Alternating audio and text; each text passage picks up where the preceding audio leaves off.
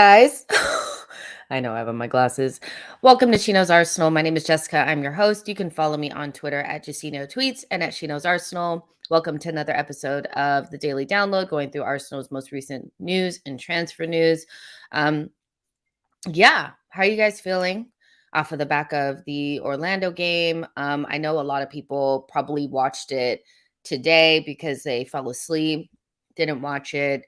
Uh, let me be real. Like, you didn't miss much. If you didn't watch um the game against Orlando City, you didn't actually miss much because it was exactly probably what you expected. The original lineup wasn't very good.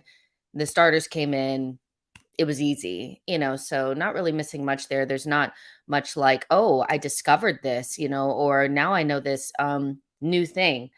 We pretty much knew, what it would be like, and it pretty much went like as it should, so I did a instant reaction to that game on the channel yesterday evening. So if you want to give it a look after this show, go over there. I went through everybody's performances, gave them a little bit of a grade. We had some fun, keeping it light, easy, because it's just preseason, but also had some decent analysis in there and some great comments. So make sure you guys watch that after this.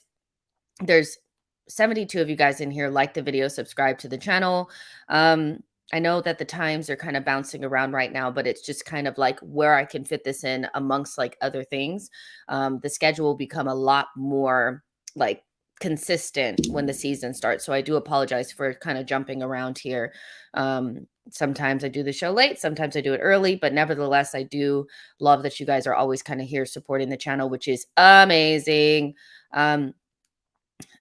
Let's see. Keenan is in the chat saying, I love KT, but man, if someone comes in again with a solid offer, we should take it and reinvest. We are going to talk about injuries today. Semi says, Nelson, the Brazilian. Probably the best part of yesterday was that, like, that was just so funny to me. It was definitely like annoying, that they couldn't get any of the players right, but just Nelson, the Brazilian, is just so funny to me for some reason.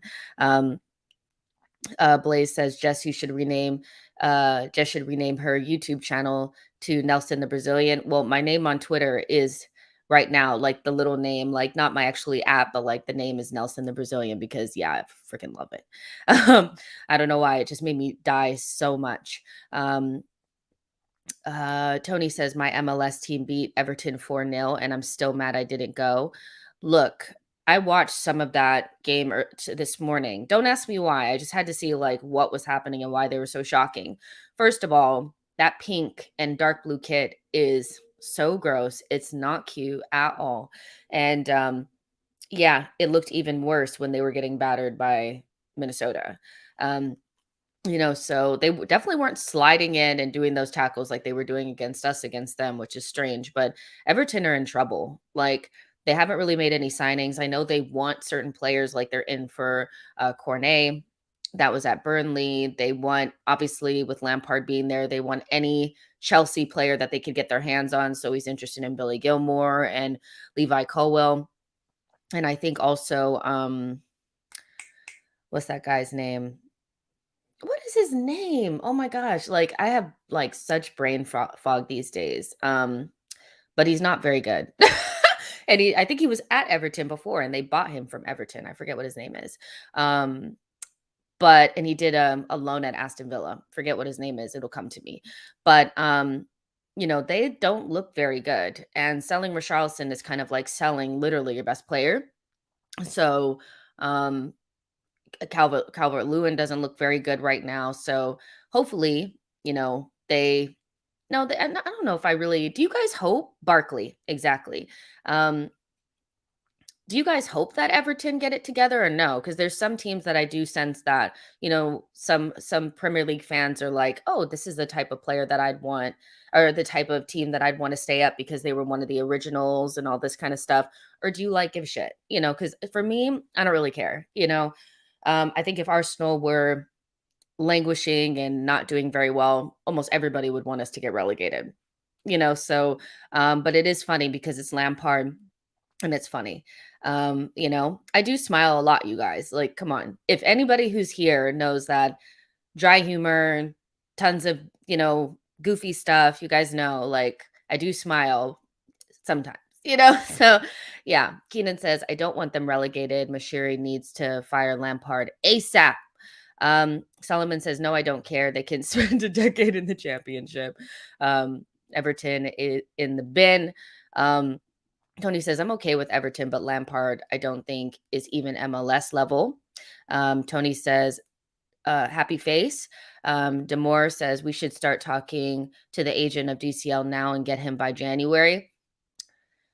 I go back and forth about the whole DCL thing. I know that there's some Arsenal fans that almost like feel like he would have a similar impact as like a Ramsdale or something, like very unfashionable player that would do really well for us. I just see him as somebody that could be something, but I haven't really seen it in action. I actually haven't seen him play well since like James Rodriguez was there. There was a moment in time where they had Jaime and Decore and Alan, and they were playing really well for like a part of that season, and then it just kind of fizzled out towards the end, and Ancelotti left and all that kind of stuff. But since then he hasn't really looked that good. So even though I do see that like tall striker gets on the end of crosses, like this kind of thing. I think he's also an Arsenal fan, kind of fits the mold of what we've been looking at, Premier League proven. I just am not sure that that's what I'd want to spend money on, because Everton are going to want 60 million for DCL. They're going to want a lot. Now, if I don't know what it would cost if they were getting relegated, but I'm just not. I don't know if I'm sold on it, but I could see why Arsenal were interested in him at a certain point in time. Pap says, hey, Jess, we need Paqueta over a wide player because when Odegaard is not on, we are dead. Dr. Angelo says, I would get DCL because his profile is different, but I don't have confidence in him. Yo-Yo says, DCL, Buendia, Aaron's, these are the kind of players Gooners want. Yeah, I think there's something else that we could do. But like I wouldn't spend more than like 25 to 30 million on DCL. That's the reality. You know what I mean? So yeah, but on today's show, what I want to go through is just kind of like the players that could be going. Arteta did a press conference after the game yesterday and kind of said like, now we need to focus on, the figuring out what we're going to do with players that are not going to get consistent game time at Arsenal, which is just a nice way of saying we need to get rid of the dead wood. I'm sure, like the rest of us, Arteta's probably sick of having to field, teams full of these guys that are not going to be here. There's definitely like a huge drop off quality, difference between those guys and the guys that actually play. Obviously, like, we're not talking about El Neni and Sambi and Kedia and Martinelli. We're talking about Pablo Marie, Ainsley Maitland-Niles, Pepe. So I think before we do anything else in this window, we're going to see some sales. So we'll talk about kind of what's the latest on each of these players and where they could potentially end up going. Go through that because there's not really a lot on incomings, and I do think that that's just because we need to go ahead and get some players out. And then also Tomiyasu, Tierney, and ESR's injury issues and what we foresee that being. I do think that there's a pretty decent conversation that we can have about those three players, because if they're fit, they kind of offer us a really good like backup options or additional options to the starting lineup.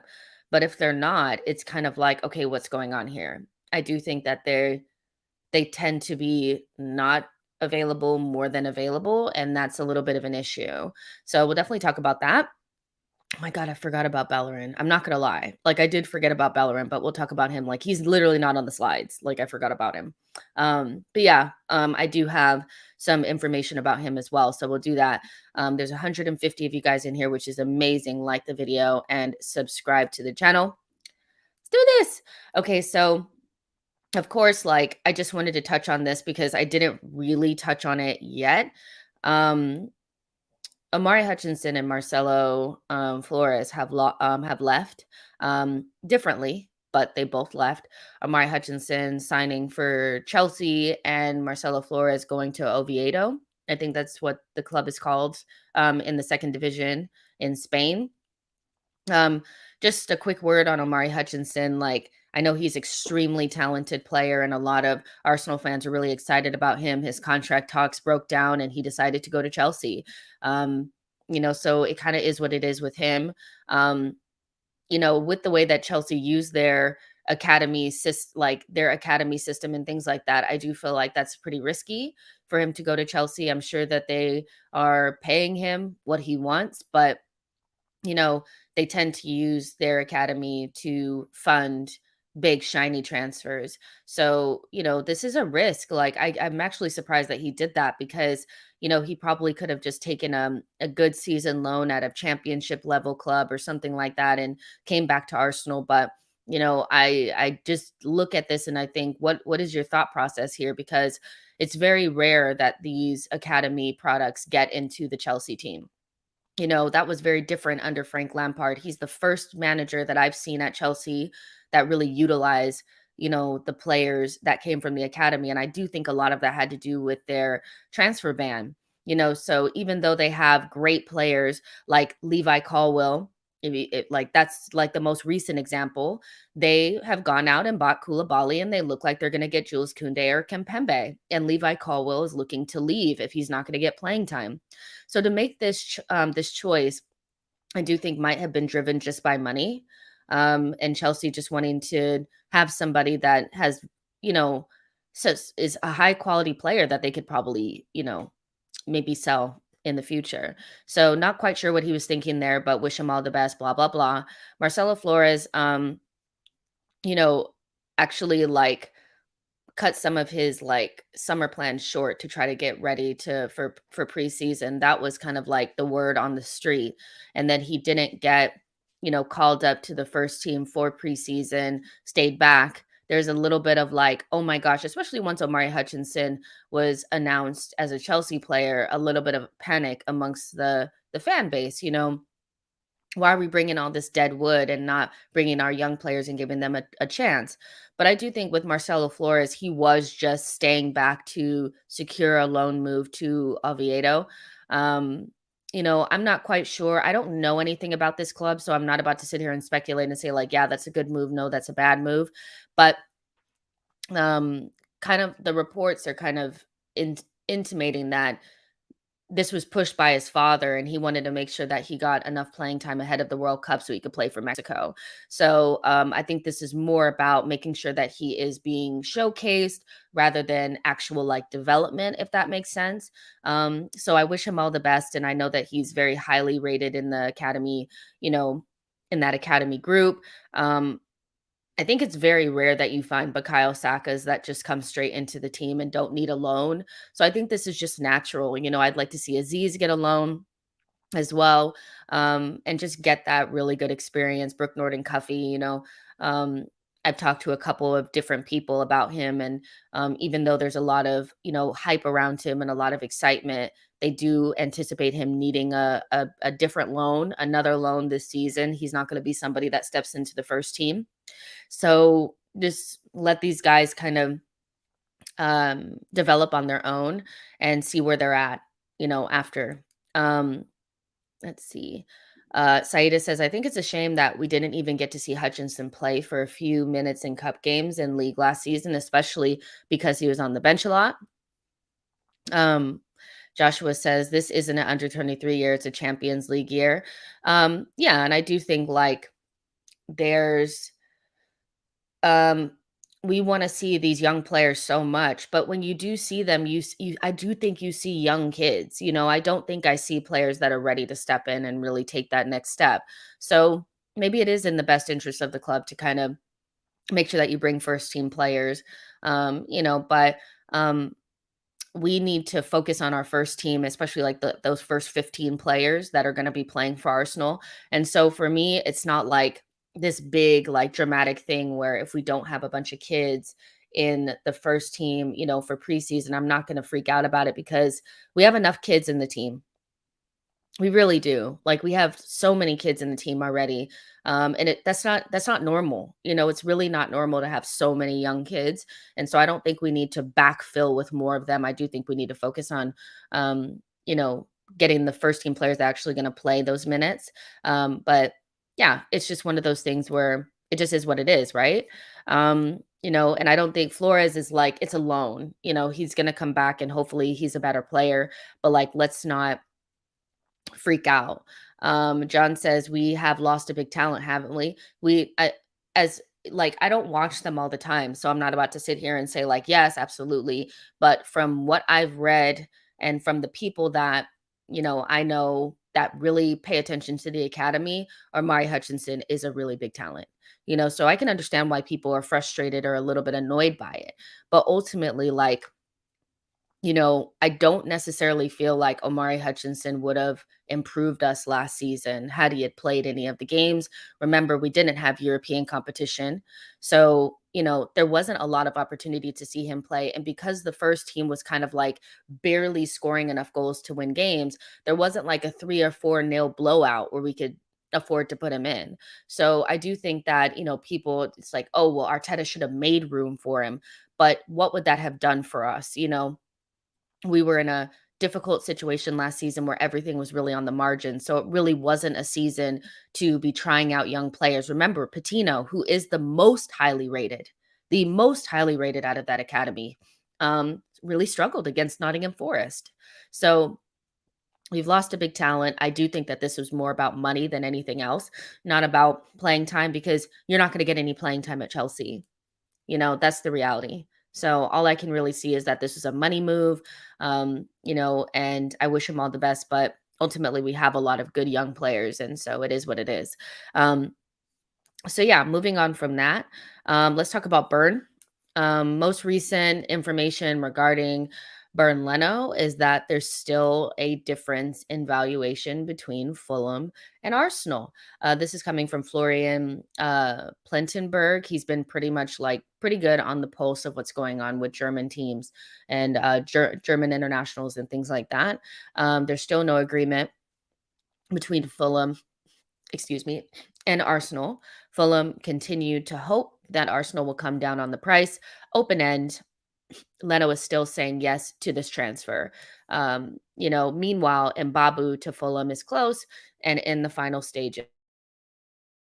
So, this one is just kind of like up in the air. Oh, let me change the little thing. This one is kind of like up in the air at the moment. I do think it'll get done. When you see Fulham kind of spending money on the other, players, it just kind of is that same old situation where Arsenal are kind of desperate to sell. We have a couple of players that have only 1 year left on their deal. I think Ainsley Maitland-Niles, Torreira, Leno, and Bellerin are all on the last year of their deal, and Nelson. So basically, these clubs are just going to wait until the end of the window and say, take it or leave it. You either take this or you're going to lose him for free. And we're not the type of club that can afford to lose these players for free, right? And we also need to start to lighten the squad so that we can bring a couple more players in. So with Leno, I do imagine that at some point we will kind of meet in the middle. From what I read, Fulham's last offer was like 10 million or something like that. And then we kind of came back with 15. So it'll probably be something in between there. But I imagine that this will be the last deal that they get done because they don't feel any rush because he's on the last year of his deal. He's pushing for the move. So we don't have a lot of leverage when it comes to the situation. I have seen quite a few people say, like, we should just keep Leno because I'm not confident in Ramsdale or Matt Turner. And, I do think that on paper that makes a lot of sense, but Bernd Leno needs to get back into the German national team squad ahead of the World Cup. So he's not going to sit around and not be first choice. And right now, Ramsdale is first choice. I know that we get very hung up on the goalkeeper situation, and I don't think it's actually as deep as people are making out to seem. We don't need a two number ones. That's never been a thing, and I don't see any club doing that. Even like Liverpool have had some of the worst number two goalkeepers that I've seen. And I'm not saying that Matt Turner is one of the worst I've ever seen, but what I'm saying is like it's just not that deep. We don't need to be anxious and, over the top about this goalkeeper situation. I do get that Ramsdale has had some shaky moments, but what I'll also remind you guys of is that like Leno doesn't help us in terms of what we want to do with the ball at his feet. There's a reason why Leno was unseated by Ramsdale. So it's very like recency bias with this whole keep Leno and da da da da. I think Leno is a good number one goalkeeper, but I also think the lack of interest from bigger clubs also kind of give you an idea of where he kind of sits. He's a very experienced number one goalkeeper, and nobody's really coming after him but Fulham and maybe the odd other club in Serie A. So let's not sit here and act like Leno has been like the best thing. Good servant to the club, was good when we weren't really playing out of the back, but Ramsdale is a much better ball playing goalkeeper, if you will. And we don't need to be that worried about the number two goalkeeper position. It's just not that deep, So I'm hoping that there's a resolution for this. I think he's the player that's probably going to fetch the biggest fee. And that's what's kind of like, damn, we have like 4 or 5 players that we want to move on, but he's probably the most attractive. And that just kind of shows like how, not, I won't say how bad these players are, but how like the lack of demand for these players is kind of shocking. So do, love Leno, want to see him go where he wants to go, but ultimately like we don't need to keep him. Joshua says Ramsdale needs to stay fit. If not, we are screwed. Still think we're overplaying the backup goalkeeper thing. I've never seen a fan base obsess over a backup goalkeeper before. No other teams have great backup goalkeepers. It's nobody thinks about this but us. It's just we just want to be kind of like on edge about something. Let's see, Jess, the number 2 goalkeeper is a huge position. League titles have been lost due to the goalkeeper depth. There's nothing wrong with 3 solid goalkeepers. I'm not saying that we don't need he doesn't need to be decent, but Matt Turner is decent. And again, look at the number 2 goalkeepers for every single top club and tell me that there's not a drop off. There's always a drop off. So you can't expect Matt Turner to be the same as Ramsdale. That's just not how the goalkeeper position works. We don't need to recreate the wheel, and I do think that the, kind of like narrative around Matt Turner was built around the initial idea that he was American and people don't feel like Americans can play. I'm sorry, like the undertones are definitely there. I'm not saying it's just with you guys, but Matt Turner in the last 2 games has been just fine, which is kind of what you need from a backup goalkeeper. You need them to be fine. Again, if it was important to have a really, really good number 2 goalkeeper, don't you think Man City and Liverpool would have them? It's not that deep. I'm sorry, it just ain't. If you look at like even Tony is making the point that like having 2 number 1 goalkeepers has actually been messy at PSG. It doesn't work. Manchester United tried it when they wanted to have Dean Henderson and De Gea. Ultimately, Dean Henderson pushed to leave. So it's not that deep. So yeah. And also Matt Turner is the number 1 goalkeeper for the US men's national team, and it's really undebatable. So seeing other goalkeepers and thinking that because Real Madrid was looking at Slonina doesn't mean that he's necessarily better. Man City bought Ortega. See, this is where you guys, you also need to remember that like there's other parts of this. Zach Steffen would not have left Manchester City if he was the number 1 goalkeeper for the United States national team. The reason why he wanted to go on loan, it's just a loan, by the way, it's a dry loan, is because he wanted to get playing time, because if he doesn't play, he's not going to make the team for the US men. So Man City did not buy Ortega because Zach Steffen is bad. They got him because Zach Steffen needed to go on a loan to make the US men's national team. That like Matt Turner is a good enough goalkeeper. It's not deep. You guys, it's not deep. I'm sorry. Like, it's just not. So yeah, there you go. But like the video, subscribe to the channel. Let's move forward. Leno, hopefully we get something done with that. Nicolas Pepe. This is going to be an interesting one. I think that he's going to be here until the end. You know, I really don't see this getting solved very quickly. But this is coming from Gimme Sport. They claim that Arsenal winger Nicolas Pepe is on Newcastle's summer transfer list with Ivory Coast International seen as attainable. Pepe is expected to leave the Gunners in the coming weeks. So what's interesting about all this is, if you've been paying attention to what's going on with Leeds and Newcastle, is that Newcastle are actually trying to buy Jack Harrison. They put in a 25 million pound bid for Jack Harrison. Obviously, Leeds want more than 25 million. They want 40 million to sell. But I do kind of see where this could work out to our benefit, because if Leeds keep Jack Harrison, then maybe they go after Nicolas Pepe.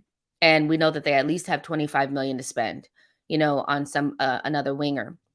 Now, if Jack Harrison ends up at Newcastle, maybe Leeds look to Nicolas Pepe, they've been linked to him to, whatever, and they will have gotten 30, 40 million for Jack Harrison. So we know that they probably have the money to spend on Nicolas Pepe. So I'm not against Pepe being in the Premier League, because I think there's more money in the Premier League than outside of it. I don't think that anybody outside of the league has the money for the wages or the fee, you know? So, I do like the idea of him going to Newcastle or Leeds. I'm not worried about it. I know some people are like, well, what if he looks good there? Who cares? He hasn't been good for us. We're a team that's trying to break into the top four. Leeds and Newcastle, they have different agendas, but if he's good there, so what? That's just how things go. So I personally do like the idea of him going to a Premier League club. I know Leicester are also interested, but I don't think that they have the facilities to bring him in. So Pepe is an interesting one, because I still see people pushing this kind of narrative that it's Arteta's fault that he hasn't been good. It's Arteta's fault that he hasn't been this. He was way better before. I don't think there was ever a moment where Nicolas Pepe was really, really good. I think it's been very spotty. It's been inconsistent. And I think both managers not really seeing him, Unai Emery and Arteta not seeing him as a part of the plans, I think it's been forgotten. There's this narrative that, like, he was good under Unai Emery and he's just fallen off a cliff under Arteta. He wasn't that great under Emery either. It was very spotty and inconsistent. And I think it was very clear from the beginning that we did not buy a $72 million winger or £1 million winger. We bought somebody that was probably worth somewhere between 30 and 40. We grossly overpaid. And maybe that price tag has really hurt him in terms of, like, you know, feeling like he can live up to those expectations. Because, I mean, when you buy somebody for 72 million, you expect them to change everything for you. And I just don't really think that he's ever been near that. And so I think we'd be almost lying to ourselves if we were saying that he was really good and looking good at any point at Arsenal. He's always kind of looked like somebody early on that maybe we've overpaid. As at 30 to 40 million, I think you can make a better case of, maybe he'd be good somewhere, or maybe we need to alter the way that we play to suit him, blah, blah, blah. But I think ultimately coming in for 72 million has really hurt, him, and so it's really unfortunate, but I want to see this taken care of this summer. I don't think he does a good job, backing up Saka, because he's so inconsistent. And if you watch, like, what happened yesterday with Bukayo and with Pepe, Pepe could not beat any of those players to save his life. It just wasn't happening for him. And it's not the first time that I've seen that. Sometimes he just really struggles to get past his marker. With Saka, he came straight on, was really efficient, sharp, and he's played less than Nicolas Pepe over the last couple of weeks. I just think that this is a story that's coming to a close, and we just need to kind of close that book and move on. I'm just not sure what we'll get for him. It would be nice to see something around the 25 million pound mark. I think If we got something like that, I'd be like, take the money and run. But I wouldn't be surprised if it was 15 million, because he's just such a wild card. I do think he would look good at Newcastle. Leeds is a little bit different because I'm not quite sure, what they're trying to do stylistically. But in terms of like Newcastle and the way that they kind of have been kicking it over the top and being a little bit more direct, I do think that he would do well there. And so I would like to see one of these to come to fruition, but it's really a shame for Pepe. He's like 27 years old, and the last 3 years have just kind of been a waste, I think, for him and for us. So yeah, Crispy Rice says 15 million and cut our losses. Joshua says, don't want to hear any Reiss Nelson talk. Joshua says, better replace when we sell Pepe. Ty Jr. says Pepe struggles to get past his own legs. Olivier says more talk about Pepe than minutes played. He is like a punching ball, playing or not. No, I just think some people don't want to hear, the opposite opinion about Pepe. There's some people that really hold firm that they think that he's very good and he's just been mistreated by Arteta and Arsenal. I hold a completely different opinion. I've seen enough of Pepe I just don't see him being consistent enough at this level. That doesn't mean that there's not immense talent there. I don't think any of us don't see the talent is there. But if you never see it come out, then what's the point? And he has played game for Arsenal, very similarly to the narrative around Nketiah that he never got any chances and he never played. That's a fallacy. He did play. He just didn't really do a good job when he did. And at this level, you're only going to get 30 minutes here, 20 minutes there, a half there, a 90-minute there to really show what you can do. I don't think that Arsenal would have benefited from sitting Bukayo Saka on the bench to give Nicolas Pepe more minutes. I think Arteta decided and the club decided to invest in Saka rather than invest in Pepe. And I don't think that that was the wrong option. So I get the idea that he didn't get like this big long run of games. But at this level, sometimes you only get 45 minutes to impress here, 90 minutes to impress there, preseason game to impress there. And he just hasn't done well with the minutes that he's had. And I don't necessarily feel like he's been set up for failure or anything like that. It's just the situation hasn't worked. It's just not that deep. And so I know some people don't like to hear it because they believe that there's talent there, but I hold the opinion that he just needs to be moved on. Hasn't worked out. Yo-Yo says Pepe's best coincides often with Arsenal's most turbulent times on the pitch. Very representative of Arsenal post-Wenger. Yep. Let's see. Saida says, weren't Sevilla interested in Pepe? If they were to sell Koundé, they could possibly come in for him. Wages may be an issue, though. I do think that would be the issue is the wages. They said that they were willing to pay like 18 million for him, which isn't bad, but I would wait to see what happened with Newcastle and Leeds, because if you could get 25, 30 million, I think that would be a lot better. And they could probably pay the wages, but he may end up at Sevilla. And I think it also depends on what Nicolas Pepe wants.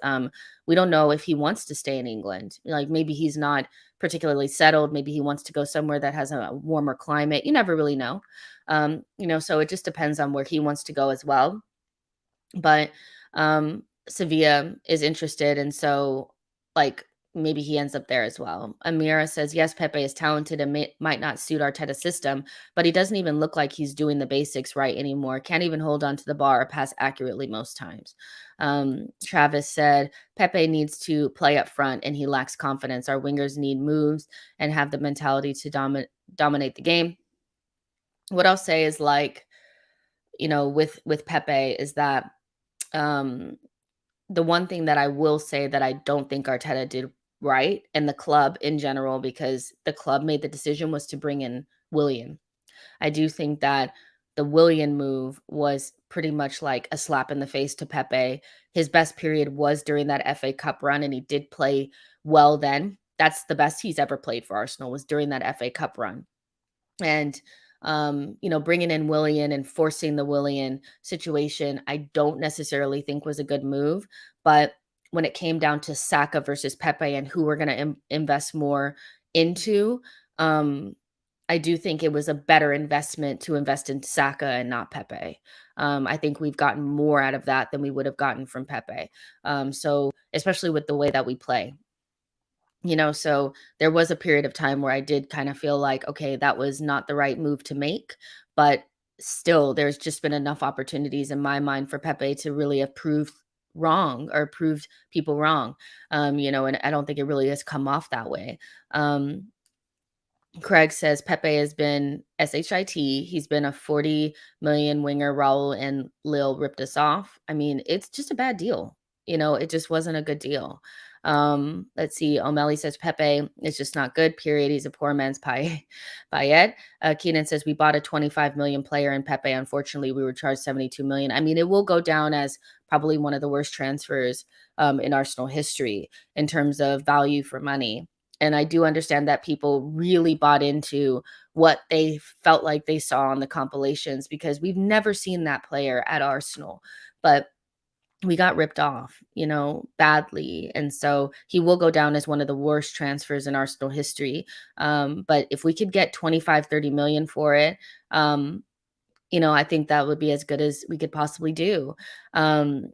Marvel says, I wonder why our players, either good or bad, is always underpriced. If Pepe was at Chelsea, Brighton, or Aston Villa, he would not leave for less than 40 million.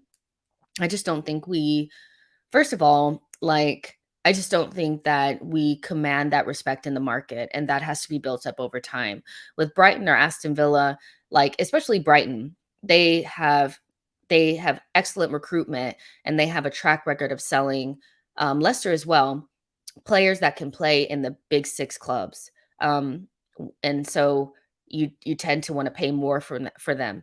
With us, we are a big six club, and usually when we get ready to sell our players, it's either a player that's really, really good and they want to leave, or it's a player that really hasn't worked out. So we're in a different situation than Brighton. They're a selling club and they have good assets. Where as bigger clubs, when you kind of get ready to sell a player, they're usually dead wood. And so it's hard to market them, especially when you don't have that perception in the market. I do think Liverpool being able to sell their dead wood for so much comes with people feeling like Liverpool have good players and that they recruit well, and that narrative gives the perception of the players, it's better branding, right? Chelsea as well. Everybody is like, oh, they're so good in the market. They have so many good players. The perception of them is different than Arsenal. The perception of Arsenal is that they buy a lot of players that are not very good. And so I think we get treated like that in the market. And it also doesn't help that we let them run it down to the last year. They always want to go to some specific club, and they just don't look like good assets. So I think that comes over time. I think if we, let's say if Nuno, we'll get to the Nuno conversation in a little bit, but if we were able to, Nuno was to look really good at Brighton, and you know he played really well there, and we were able to flip a £6 million or £8 million asset into 25, 30 million if we decided to sell. That would help. Being able to sell Nicolas Pepe for 30, 40 million to a Premier League club versus 15 or something outside of it would be a good step forward. It's just about how we need to sell more Willocks. We need to do more of that. And that builds up over time. Arsenal just don't have a good reputation, but what I think will happen with Pepe is, my thing about Pepe is I do think that he'll go. I think he'll go for somewhere between 20 to 25 million. And that'll be it, and we won't have to talk about it anymore, but it'll be at the very, very end of the window. I think it'll come down to the end. So Kalu says the perception is the best point you're making. If you don't get into Liverpool's team, people don't assume you are shit. They assume that you were kept out by an excellent player. Exactly. And that's just, kind of I think where we're at is that I do think perception plays a part, in everything. And I know that it's like, well, clubs should be able to see beyond that, but I don't actually think that they do. Like, if you it's like the idea that Manchester City can sell a 17-year-old goalkeeper for like 15, 20 million that's like never step foot in a first team game for Manchester City, but we're really struggling to sell Bernd Leno. It's perception, I believe. I think Manchester United kind of are in a similar situation to us. Um, Spurs are kind of coming out of that. The narrative around Spurs is that they're up and coming. They have good players. It's Conte. Where for Manchester United and Arsenal, it's kind of like they've overpaid for such bad players and da da da. So now the perception is that these are really bad players that they spend a lot of money on while we spend money on it. So yeah, it's just one of those um, for me. Let's see. Chidozi says Pepe would flourish in a 4-4-2 formation like Giroud and Griezmann partnership in France team winning the World Cup. I do think that there's a situation for him where he would really thrive. It's just not at Arsenal. Bradley says, not sure he's going to leave. Why would he take a pay cut? Because he's 27 years old and he's not playing football. You know, he also like hired a new manager. I do think that that's a sign that he wants to move on. So, you know, and I think maybe going to somewhere like a Leeds or a Newcastle in particular would give him the opportunity to keep the majority of his wages. But, the idea that Nicolas Pepe is going to sit there for 2 more years and not play any games for Arsenal and leave here at 29 without really playing, because if he doesn't leave, he's not playing. And I just feel like any serious player at this point, would take that pay cut and move forward if they have to. Craig says, Pepe, in my opinion, just Arsenal might just take their losses and take anything, even 20 million. Yeah, you know, um, it just is what it is. Like, if we got 20 million, I wouldn't be like, oh my gosh, that's so bad. Um, you know, so um, so yeah, we kind of done this to death, but maybe Pepe will go. Hopefully he does. And we get another winger. Moving on to Nuno Tavares, he is just one of the craziest players I've ever seen. But Nuno, the most recent, we talked about this yesterday. It kind of broke while we were on the stream. Was that Brighton are looking to replace Cucurella with Nuno. There have been some, Brighton journalists that have kind of, rebuffed that, or kind of like dampened it, put some cold water on it this morning. But I do think that's also because like Brighton are very smart. I think they're going to turn out to be somewhat of a Leicester type, like very difficult to deal with when you want to buy their players and they're not ready to sell. Like, cause somebody was like, well, why was it so easy for Spurs to get Basuma? It's because they had Basuma's replacement a whole year prior. They expected Basuma to leave last summer, not this summer. So if they had if they had sold Basuma with 2 years left on his deal, and they had brought Caicedo in, he would have cost 40, 50 million, right? So that's the situation that Manchester City are in with Cucurella, is that they just bought Cucurella. I'm actually shocked that he could potentially leave so early. He's only been there for a season. So because of that, Brighton are going to want a premium. So they want closer to 50. Manchester City want to pay closer to 30. And so a 20 million difference in valuation is big, especially when we're talking about two clubs that are really, really well run. Nobody's really just going to concede, right? So with that, I do think it's important for Brighton to make it seem like they're going to keep Cucurella. So having it out there that they're looking at Nuno Tavares kind of goes against that. So I anticipate those negotiations to continue to move on, but Nuno could potentially end up at Brighton, which, like I was saying, like, if Nuno ends up not being a player that will play for Arsenal, which I do kind of want to know from your guys' perspective, do you think that Nuno Tavares has a future at Arsenal after a loan? But let's say that we decide to sell. If you could sell him like to Brighton or another club, for 25, 30 million, after his loan, that is really good for a player that we bought for 8, that doesn't necessarily fit in our plans. That's good flipping. That's really good. So I do think that this is a good opportunity, because also if you show him in the Premier League, other Premier League teams will say, "Oh, he can deal with the Premier League pressure and all that kind of stuff." Watching him yesterday, though, I have to be honest, I don't see a player that we'll ever really use, because we don't play with a back three slash back five. And I think he's 100% a wing back and nowhere near a fullback. His awareness and positioning defensively is not very good. And of course, he can learn those things, but I think ultimately he likes going forward more than he likes defending, and he's like the quintessential wing back. So I don't necessarily see a future, and I could see him being sold. But what do you guys think about Nuno and him potentially going to Brighton in his future at Arsenal? Gunnar says Brighton rejected a 30 million offer from City, so it'll be a while before we see this guy go. Lucas says Nuno is talented, but he is a wing back. We don't play that system, and he still needs a lot of developing. We don't have time for that, and we need somebody ready like Zinchenko. Ray says he's got an awful first touch and brainless first thought. It's harsh, but Damon says he should go on loan. He can further develop and learn to defend, because he is okay going forward, but his positioning is poor. Probably at Brighton, he will learn to defend. C. Wilder says it's a decent move for Nuno, Brighton, and Arsenal. Paul says Nuno can't play the inverted role at the moment, no positional discipline, and has to rely on recovery pace most of the time. Yeah, he just hasn't.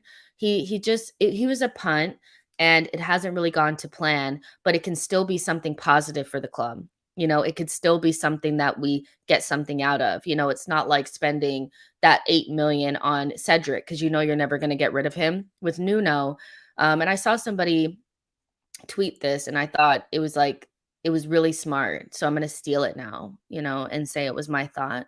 But basically they were saying, if you're being linked to clubs like Atalanta and Brighton, you have talent. And we know that Atalanta and Brighton are very good clubs in terms of bringing in talent that is kind of like untapped, and like, they're able to recruit and then flip those for a lot more. And they're known as clubs that have really good recruitment. And I thought that was a really good point that I'm going to steal. And so I do think that there's something there with Nuno, if you're willing to work with him and put him in the right system. But we're just kind of beyond that now. Like, we need the kind of players that are going to really fit in with what we're trying to do.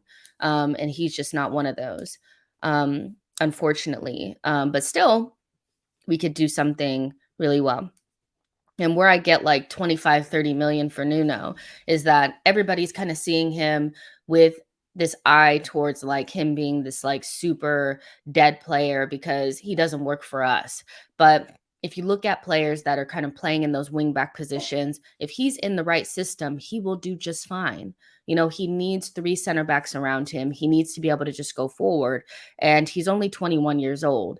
So when I say 25 to 30 million, I know people are like, that Nuno that's out there on the pitch for us. But wingbacks, there are so many teams that are moving to a back three. So many teams. And they like these kind of athletic, power and pace type of guys. And what Nuno has that a lot of other players don't is 2 feet. So I'm not about to sit here and act like I don't think that Nuno is just a dead player. He's really not. Like, he has such good physical tools, but he needs coaching. And so, yeah, I think you could flip him for that amount, because a lot of teams are looking for those types of wing backs, and it's just about getting the marketing correctly.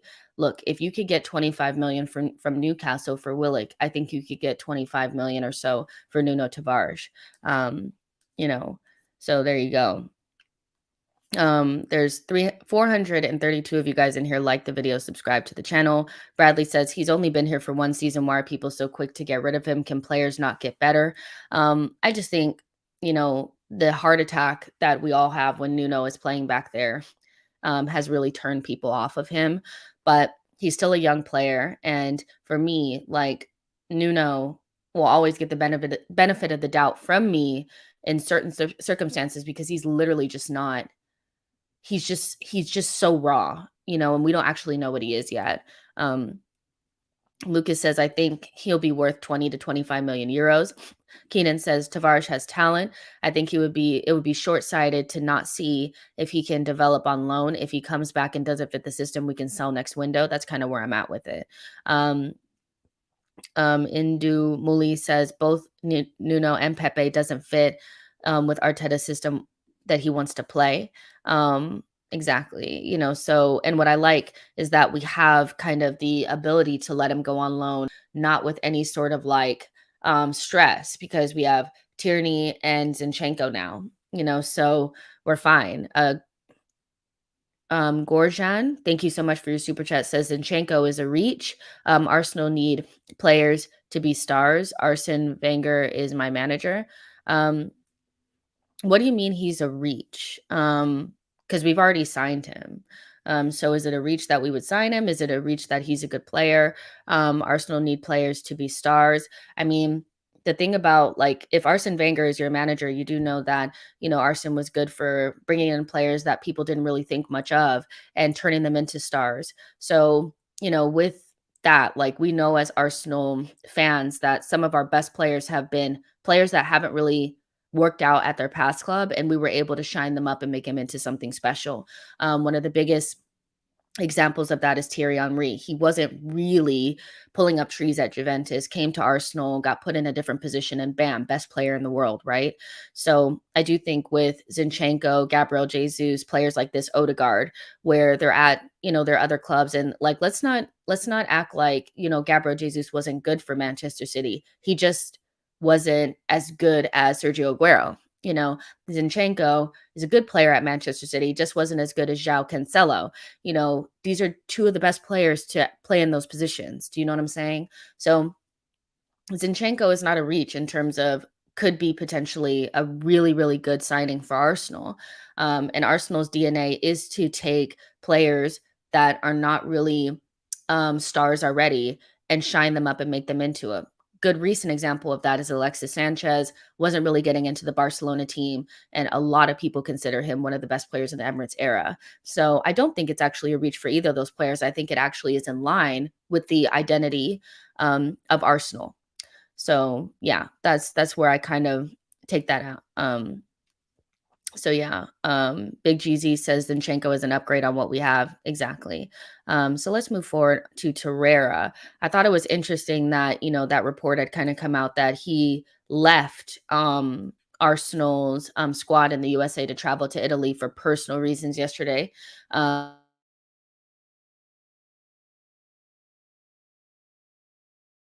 I also know that like Ronaldo doesn't have an imminent move on the cards, but he also told Manchester United that he needed to leave for personal reasons.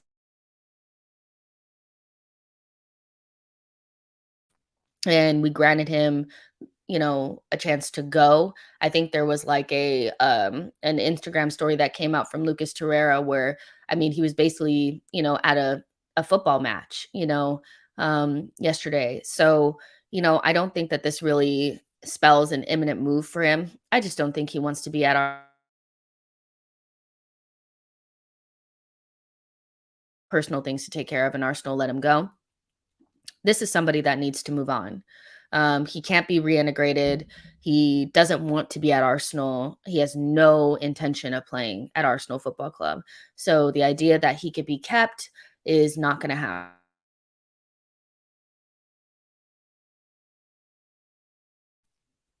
Is just one of those players now at this point for me that's just becoming somewhat of a headache. He wants to be at a specific place, which is fair enough, but his constant like, I don't want to be at Arsenal. I don't want to be at Arsenal is coming off like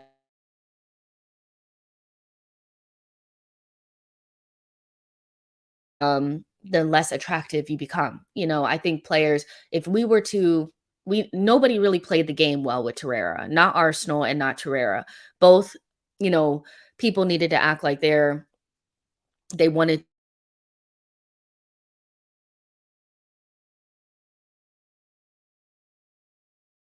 know Nobody wants somebody that nobody else wants. And so it's kind of like Arsenal don't want Torreira. Torreira doesn't want Arsenal. He's kind of like, come hither, Roma, come hither, Juventus, come hither, Fiorentina, come hither. Agent's always talking. He's always talking. And so people are just like, well, he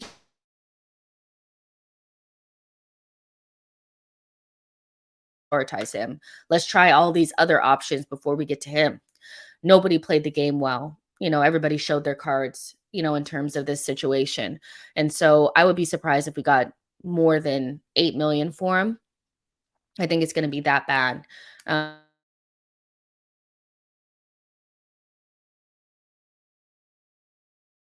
That he left because he just didn't want to be there, and he made up, like, not made something up, but was just kind of like, I just have something personal to do, so I got to go. That is my take on it. I'm projecting, but yeah. Um, let's see. Is there anything up?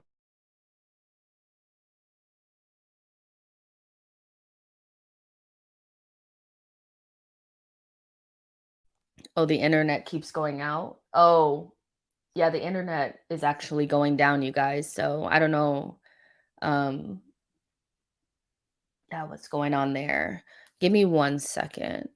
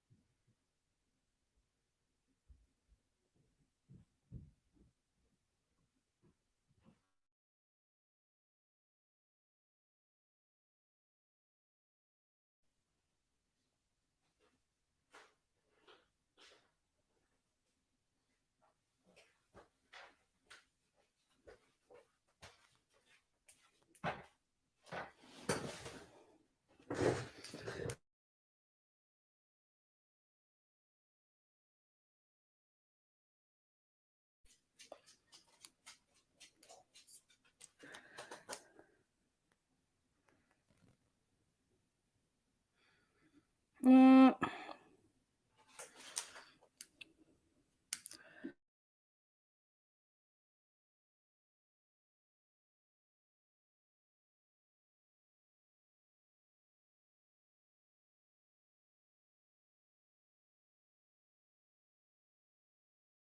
oh my gosh. Okay. Can you guys see me now and hear me? Sorry, you guys. If you guys couldn't see me or hear me, can you guys hear me now? Okay. Just for like the rest of the stream, I'll just use my hotspot. So yeah, sorry you guys. So yeah, this is just something I want to get done. Like, he just hasn't really, it's just both. Yeah, it's like too much talking has really, like Olivier said, diminished the value. I think it's both sides have done it. Yo-Yo says Torreira should have kept things in-house. And yeah, I keep breaking up. Soul says Torreira wanting to go to Boca Juniors or stay in Italy, and Bellerin wanting to go to Betis reduce their options and hence the price. Exactly. They know what they're doing. Like, they, both of them, I think, I know that it's come out a couple of times that, you know, Bellerin is not trying to leave on a free and all this kind of stuff, but the way that they're acting, I do think that they're both trying to get as close to a cancel contract as possible. And that's unfortunate. So yeah, it annoys me. Hopefully he moves on. Let's move to Ainsley Maitland-Niles. Shocking performance yesterday from him. I just don't feel like, there's no keeping him. I do see that, like, some people keep saying we need to keep him, but when you saw like Nelson, the Brazilian, come on, I do feel like I sense more of a, like, if there's a chance, I want to look good. He's hustling, he's running, he's trying. The energy is different with Nelson. With Ainsley, I know that he has that nonchalant thing that he does, but like, it just is, like, it just, nah, like the performance yesterday. And I get that he's not playing with the good team and all that, but it's no excuse. It's really a shame what's gone on with Ainsley. And, when I look at, his options, I was trying to look it up today and see if he's been linked. Nottingham Forest were interested, but, their coach had reservations about him and went with other players. And so that was the most real and concrete link that I saw with Ainsley. Now, there's been some other like kind of light links and saying like, oh, well, there's like 8 Premier League clubs that are interested in him. But I do think he's probably low on a lot of people's agendas because he doesn't really know his position. He wants to play midfield, and people can tell me all day that he never said that, and he said he'd play, in any position that the club wanted. But there's a reason why Cedric plays for Arsenal Football Club right now. It's because there were questions whether it was through what he was doing, with his, the way he was acting or something that he said that made Arteta feel like he didn't want to play right back. That's why Cedric is here. So he can say all the time that he never said that he didn't want to play it. But, there's a reason why Big Sam also said he just needs to go back to Arsenal and just play whatever position, the club wants. He also said that he doesn't have enough goals in him and stuff like that. So Ainsley is just, it's strange. And I just wonder who's going to come in for him. I think he's going to be one of the more difficult ones to shift. Because of his wages and the types of clubs that will be interested in him. This is not to shade Ainsley, but it's going to be, the lower Premier League clubs and then the championship level clubs that are trying to come up. That's going to be the type of clubs that are going to be interested in him. And so that, doesn't really, his wages are too high. And so, yeah, there's just a level of like, I feel like unseriousness there from Ainsley Maitland-Niles. And, I could be projecting and he could be the most serious and, player that does everything to the best of his ability. But I do think he's selling himself a little bit short because as frustrated as I can be with Ainsley, I do think that there's a player in there. I don't think that player is a midfielder, but a wing back, an inverted fullback, he was he looked so good in that inverted fullback role originally before Bellerin came back in. And I mean, he was so good in that role. It was like perfectly made for him. Had he had just held that down, we wouldn't have bought Tomiyasu. We wouldn't have bought Cedric. That's a lot of money to spend when you had somebody in-house that could arguably play it better than the two of them. Because Ainsley's also a decent defender on his day. What is that?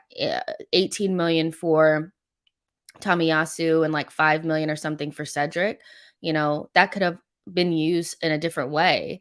Had Ainsley had just, kind of sucked it up and played that position. And I get that he really wanted to play midfield. I get that. But you were basically playing midfield for Arsenal, and fullback is a glamorous position now. Back in the day, being a fullback was like you're the bottom tier players. You were a winger, wasn't good enough to be a winger, so we dropped you to the back. Now with like the way Trent and Kyle Walker and these guys, Reiss James, fullback is glamorous, Andy Robertson, so I don't know if it was just like, I'm a midfielder, but boo-boo, you were basically playing midfield for Arsenal. Had he had just worked on his final product and stuff like that, because one thing that Ainsley has that Tomiyasu doesn't is kind of like that box to boxness. I know Tomiyasu can kind of do it, but he's more of a center back where Ainsley was like overlapping and doing some things like that. And I know I'm going back in time, but it's just, I do think that there's a player there. I just don't know if the mentality is there anymore. So it's done. Big GZ says, definitely not a bad player. He just needs to listen and get paid. Ray says Ainsley's best attribute is actually duels, but he owns no position. Cedric, I don't think was free. If he was, then fair enough, but we still wouldn't have brought him in, and he's also on 75 million, a week. Actually, let me look that up. I don't remember Cedric being free. We brought him in January, so I think we paid a fee. We bought him in January, so I think we actually paid a fee because he wouldn't have been free in January, I don't think. But let's check.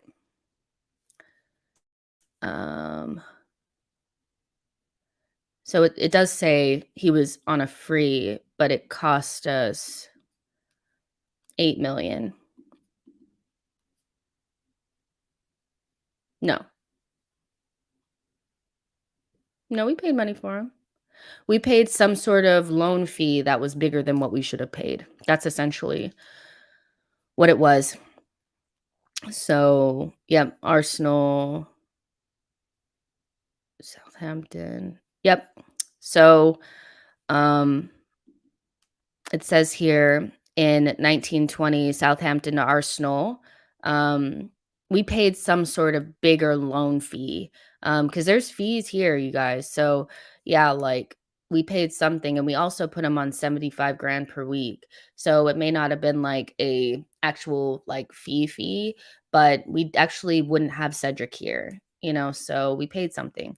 Um, Keenan says Ainsley Maitland-Niles is terrible in midfield. He doesn't have the ability to read the entire pitch. That's a basic skill to play in the center of the pitch. Ray says, I think Ainsley Maitland-Niles thinks he's better than he actually is. This might have been due to his time in our academy where he was overpraised and it's gone to his head. He's just not, I mean, he went to Roma and didn't play at all. Like, it was quickly during that loan where they said they're not going to be buying him. Like, I think, and they said, like, technically he wasn't good enough, so for somebody that wants to play in midfield, you have to be really, really good technically. And so you have to be able to think quickly. That's why I think he's an exterior player, because you don't need to be as quick and stuff like that for that. So yeah, it just stinks. But Ainsley is just somebody that is not great, so there you go. Hopefully he gets a resolution. Now, Pablo Escobar Marie. um, I thought, you know, uh, Elliot put out a really, really good tweet about Pablo Marie, and I'll read it to you guys. He said that the Pablo Marie discourse is one problem with the desire to overhype signings and not see them holistically. He was pretty obviously not at our level when we signed him, but people understandably wanted to hype him up. Now he's being widely vilified for being what he always was. Perfectly summed up. I do think that, when we sign players, we don't really think about the negative parts of them, unless you are a top tier player, which most players are not. There's going to be pros and cons. That doesn't necessarily mean that they'll be a bad signing, but you do have to look at them in the grand scheme. And I do this just like everybody else, where I want to believe the best about the players that we're about to sign. So sometimes I don't think about the negatives. But with Pablo Marie, I always kind of thought, like, okay, he's probably not up to the level. And it really offended me when people were saying that he was better than Gabriel. He's never been better than Gabriel. He's been so slow. I mean, there's a reason why he never made it at Manchester City, never really played a game for them, ended up in the second division of Spain, then ended up at Flamenco. None of those moves say I was up to the level, to play for Arsenal Football Club. And so on the first game that he played, he was next to David Luiz, and he was getting beat up by Antonio. And from that moment, it was just like, damn. And he's very rash as well. Can you guys see me? He's very rash as well, and so he's somebody that I would like to see go. I anticipate it being alone. He's another one that we put on high wages, and he's going to be very difficult to move because he's just not that good. Pablo Marie has emerged as a target for Turkish side for Fenerbahce, with defender not a part of Mikel Arteta's plans this season. George Jesus, I think that's what his name is. He used to be the manager at Flamenco, is now the manager at Fenerbahce, and so that's where that link is coming from. I really hope they come and get him, but it'll definitely be some sort of loan, and it's really unfortunate. Another one that came in that January window and hasn't been great, so we'll see what happens with him. But I don't think he'll ever play for Arsenal, like, again, like in a serious game. So, but they also need to probably bring somebody in, because I don't want to see Rob Holding either. So there you go. Oh, people are like, cover up his face. Okay, let's move on. Reiss Nelson, the Brazilian. If you know, you know. So, out of all the people that have kind of, is it Jorge Jesus? Because, okay, so the reason why I'm calling him George Jesus is because when I was talking to Zach, he was saying that that name George, or Jorge is George and not Jorge, because I was calling Jorge Mendez instead of George. So it just is what it is. If I said it wrong, I said it wrong. It just is what it is. But Craig says, Nelsonino Silva Belongo. I mean, it was wild that he kept calling him Nelson, the Brazilian. But so this one is Jorge. Okay, but this is my issue. So I'll look it up.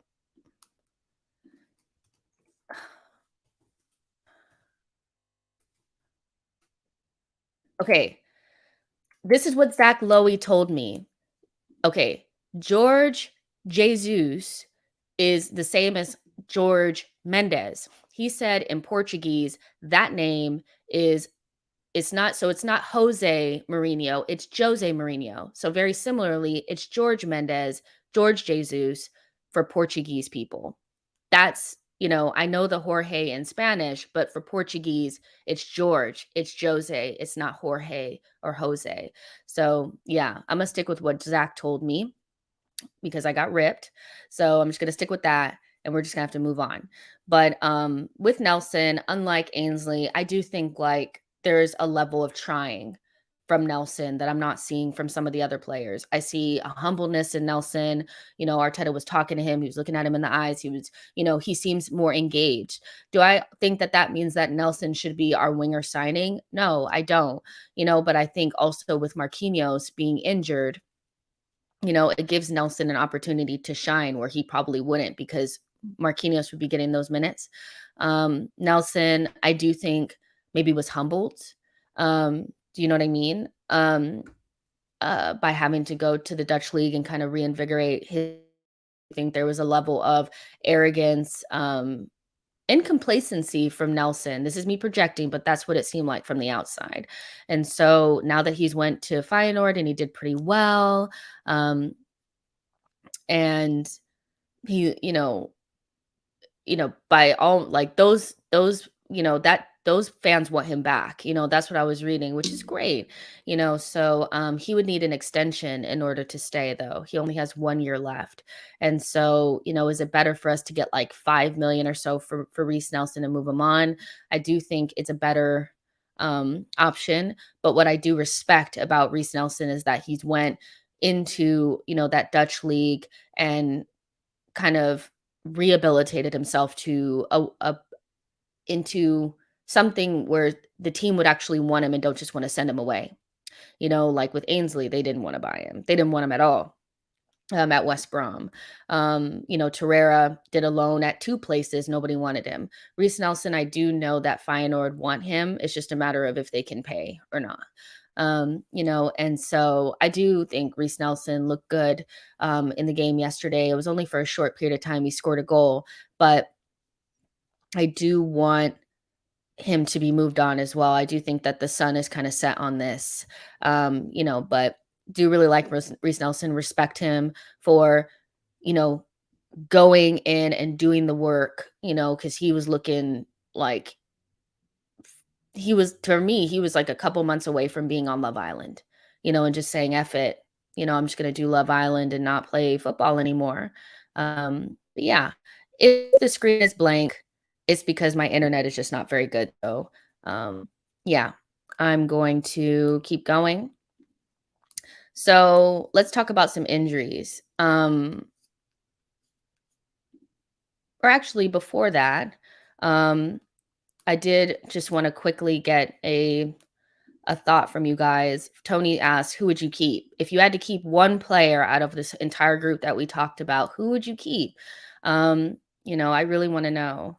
I'm interested to see what you guys would say because you guys always say great stuff. So yeah, let me know, who would you keep? We talked about Nelson, Pablo Mari, Ainsley, Torreira, Nuno, Pepe, Leno. Who would you keep out of all these guys? Let me know. Um, let's see. Tawanda is absolutely right about this. He was the chosen one before Saka. Reiss Nelson had such a good opportunity, but he couldn't stay fit and he wasn't serious. And so he got dropped. And that's just kind of how things go. If you don't take your opportunities, you get shoved to the side. Big GZ says Nelson with a gun to my head. Pepe, Nelson. Other than that, nobody. You said Leno, Nelson, Pepe, Nelsonio, only Reiss, the rest can dip. Nelson, Sambi. Yeah, but Sambi wasn't on the list. Reiss, Torreira, exactly. So nobody is like, and with Bellerin, you know what his deal is. He wants to go to Betis, and I think he's trying to get them to do a contract tear up. I don't care what he says. Law says Arteta couldn't improve Tierney and Nuno, so he's gone for Zinchenko, a player improved by Pep. Wake up, Gooners. Not necessarily. We got Zinchenko because Tierney is injury prone, not because he couldn't improve. So again, like, you're more than entitled to your opinion. But the idea that the reason why Arteta has went for Zinchenko is because he couldn't improve Tierney and Nuno is just completely ignoring the context of Tierney's injuries and those being the main reason why he's not there. So there you go. There's 350 of you guys in here. Let's wrap this up with just a quick conversation around the players that cannot stay fit. Tierney, shocking. Like, you're just always injured. And so he has an injury that they're saying is a small one. And I get that when you come back from big injuries, you have small setbacks. But this is why it was so important to get Zinchenko done and why I think it was more of a priority for Arsenal than the central midfielder / winger, because ultimately we can we have players in those positions in midfield and in the attack where it's Premier League level and we're not going to get tore up because of it. But if you don't have a left back at the start of the season, because the season starts in the next 3 weeks, like, we will be probably selling players for the next couple of weeks. So whoever comes in is going to come in at the end. And so would it be better to have Tielemans and not have a left back and have, because Tierney's injured? I do think the club made the right decision to get Zinchenko in first, so that we can field a team. If we could field the same team that we had at the end of yesterday's game and take Nuno out and put Zinchenko in, we could win our first couple of games, right? With Nuno there, you're not winning. You're probably not going to win your first couple of games. Like, you're going to get scored against. So with Tierney, it's just one of those things where I don't think that he's going to be ready to start the season, which is really unfortunate, but it's just par for the course with Tierney. I just feel like we just need to put this to the back burner and just let him get fully fit, because we may only get 3-4 good months out of Tierney this season. And so it is what it is. But Tierney, he's still one of my favorite players. Again, I kind of said this on the last show, is that I care about Arsenal more than I care about the individual players. And so what's best for Arsenal is to have a really good alternative to Kieran Tierney. I still maintain that I do think Zinchenko is going to play quite a bit in midfield. He's already said himself that he'd like to play in midfield because he's not particularly fast, so he doesn't really want to be up against quick wingers all day long, and he will have to defend more at Arsenal than he would have at Manchester City. I feel like he's been brought in as an alternative to Tierney. He can start the season there, but when Tierney gets fit, Zinchenko will move into midfield. So there's that. But Tierney, I think he does inevitably become the second option when Zinchenko signs, because he just can't stay fit. And Zinchenko, for me, is better on the ball. I know Tierney is a better defender, but I would say Zinchenko is probably an average defender and Tierney's like a B defender, but what Zinchenko offers you technically is like an A, where Tierney's more like a B minus, so when you mix it all together, it just depends on what you want. And I think Arteta does want an inverted option. But Tierney's injuries are an issue. And, if Nuno was to do really well at Brighton, there's could be an opportunity for him to come back and for us to sell Tierney next summer. Because I do think a sale would be on the cards at some point. Like if you can't stay fit for, 90% of a season, and you've been injured, like, I mean, unavailable more than he's available at this point. That's a real issue. I get that he was ran into the ground by Celtic and things like that, but at Arsenal, we need to make sure that we have a good option. Yo-Yo said it a while ago, Tierney is 1B at best due to his availability, not necessarily ability, although I don't rate him like you do. Fair enough. I know some people don't rate Tierney as highly because he's kind of one-dimensional and he doesn't sometimes it's his crosses could be a little hit and hope, but I do think when he's on top of his game, he's still one of the best left backs in the league. There's a reason why the likes of Real Madrid were looking at him and Manchester City. So let's not act like he's crap, but his availability is such an issue. And so I agree with you on that he's probably 1B at this point. Tony says Arsenal need to get these boys fit. We don't need KT until September 4th. Exactly. Craig says Tierney is a crosser. Zinchenko is an inverted left back who is creative. Saida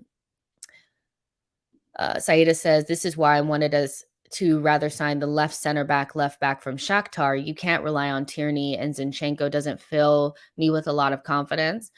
Well, why doesn't Zinchenko fill you with confidence? Is it because of his defensive liabilities? Like, I'm going to keep it real with you guys. I do think most fullbacks in this league tend to be attacking fullbacks and lack true defensive capabilities.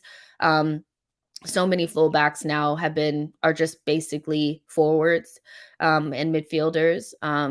So I don't necessarily feel like they're great defenders. I do think Zinchenko is not a very good defender, so I agree with that part. But he does fill me with confidence in terms of what he can do on the ball. And Arsenal clearly this season want to dominate possession. We want to be the type of team that pushes you straight back and plays on the halfway line. And so if he only has to defend maybe once or twice a game, it's probably fine. And I do think in most games last season, we dominated the game enough where there wasn't too much defensive intervention that needed to come in.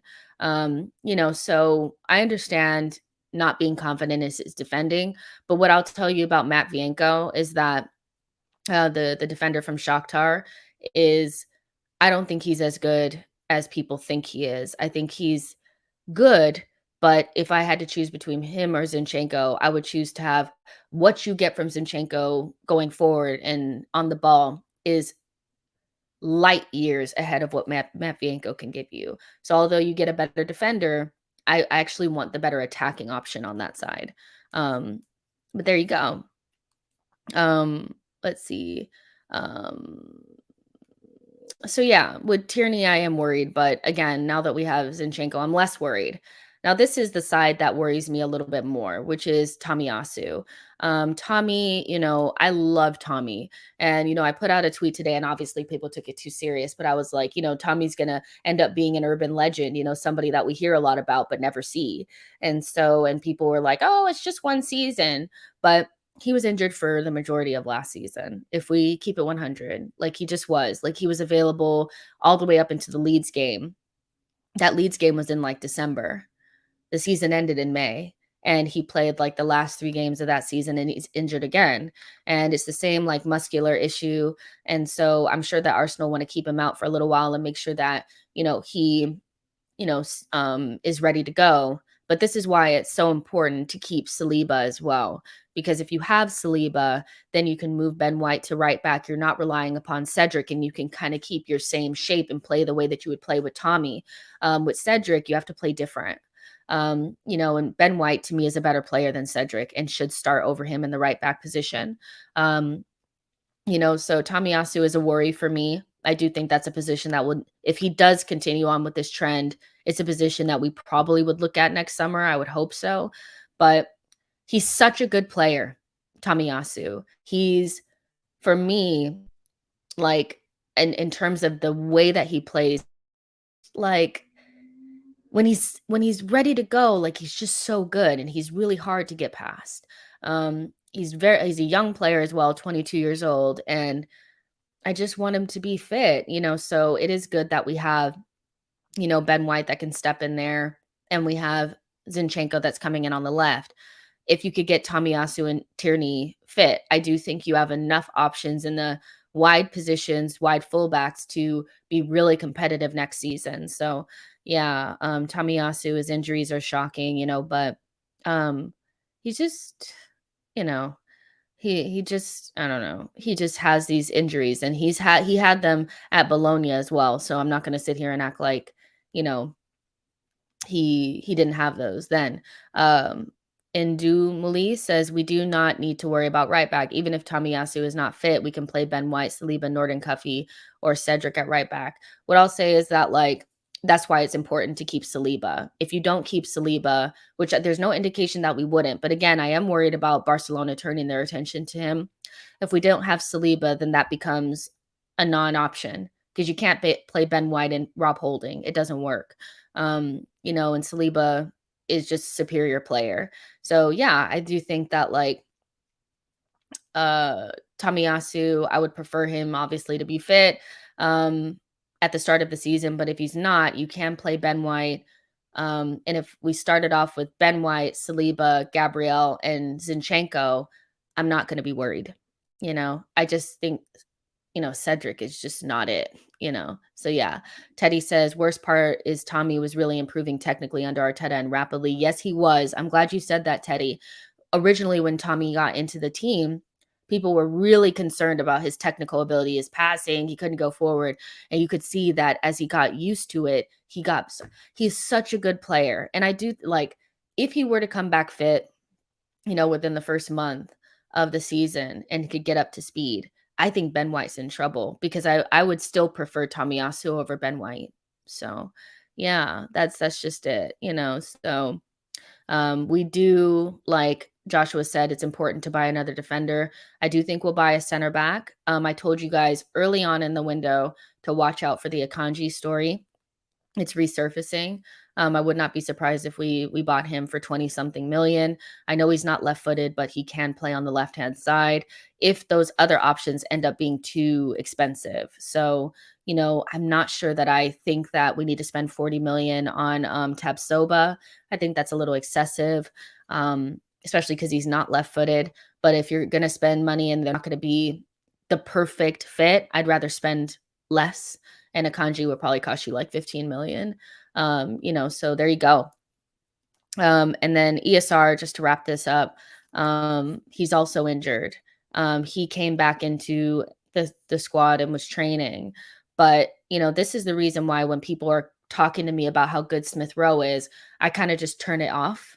I just kind of turn off, like, because if he can't stay fit, I'm not hearing it. He has got to work on his fitness. He can be this elite level right half space player. I see people continue to try to give Odegaard's position to ESR, but I'm sorry, ESR cannot stay fit. And so him being so, this very talented young player, it's kind of like a non-factor if he can't stay fit. So he doesn't play enough for me to be getting these types of injuries.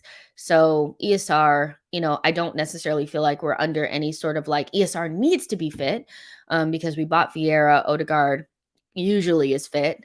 And we have enough players to play on the left with Eddie and Martinelli. But it makes his position more speculative when he hasn't nailed down a position and he cannot stay fit. And so this is a really important, I think, year for Emile Smith Rowe because he's somebody that I look at and I'm trying to figure out where he's going to fit in. I think it's too early to talk about selling him because we don't quite know what we have yet. I do think if he could stay fit with the way that he is physically, like, being 6 foot and very quick. And, unlike Ainsley Maitland-Niles, and this is the difference between, for me, Ainsley and Emil, is I don't think Emil's passing is like top level passing or anything like that. But his ball progressing makes up for that, where Ainsley can't beat a man in midfield. ESR, he brushes by guys when he's fit. And so he could play left 8, he could play right 8, he could play right wing or left wing. He just needs to stay fit. And so yeah, he needs to, like I said, eat some chicken and rice and bulk up, buddy. We need to keep you fit. He's a part of like that 15, 16 man roster, really, of players that are going to be really important for Europa League and stuff like that. And he's one of our best finishers. So yeah. iGamer says ESR has time to develop. We don't need to be rushing him into the squad. Mr. Smith says White will do a good job at right back. Keenan says, ha ha ha, Jess has been talking about ESR doesn't fit our system and may need to be sold. You are now starting to pick up what I'm putting down. I've never said he needs to be sold. I've never said he need to be sold. In one of our, like the last streams, I said it's too early to talk about selling him. I would never sell ESR right now. But this whole elite level right half space player and all these like threads, I'm like, none of this matters if you can't stay fit. That's the most important thing. I would not sell Emil Smith Rowe right now. So yeah. Let's see. Big GZ said he had to lose weight last time. Which one is it? I don't know. I just need him not to be getting pushed over the way that he does. You know what I'm saying? Yo-Yo says, don't want to see ESR Odie playing in front of Partey again. It doesn't work. It really doesn't. You need somebody a little bit more substantial in there, right? But I do think Emil, if you bought Tielemans, I do think you could play Partey, Tielemans, and ESR could play on the right and Tielemans can play on the left or vice versa. You got to have a grown-up in there, right? So there you go. But I'm gonna wrap it up there. This has been longer than probably should have been, but nevertheless, it's just so much fun talking to you guys. I really do enjoy it. Best part of my day. There's 350 of you guys in here. Like that video, subscribe to the channel, and I will see you guys tomorrow. Things will get a little weird next week because, of course, I'll be traveling, but I'm going to try to get as much content out there for you as possible. And I'm just kind of slowing it down with guests right now because I just don't have the capacity right now to bring in the guests at the moment. But once I get settled in London, then more guests will come. Yep. Like the video, subscribe to the channel. My phone is hot. It's hot from using this hotspot, so let's end it there. Bye, y'all.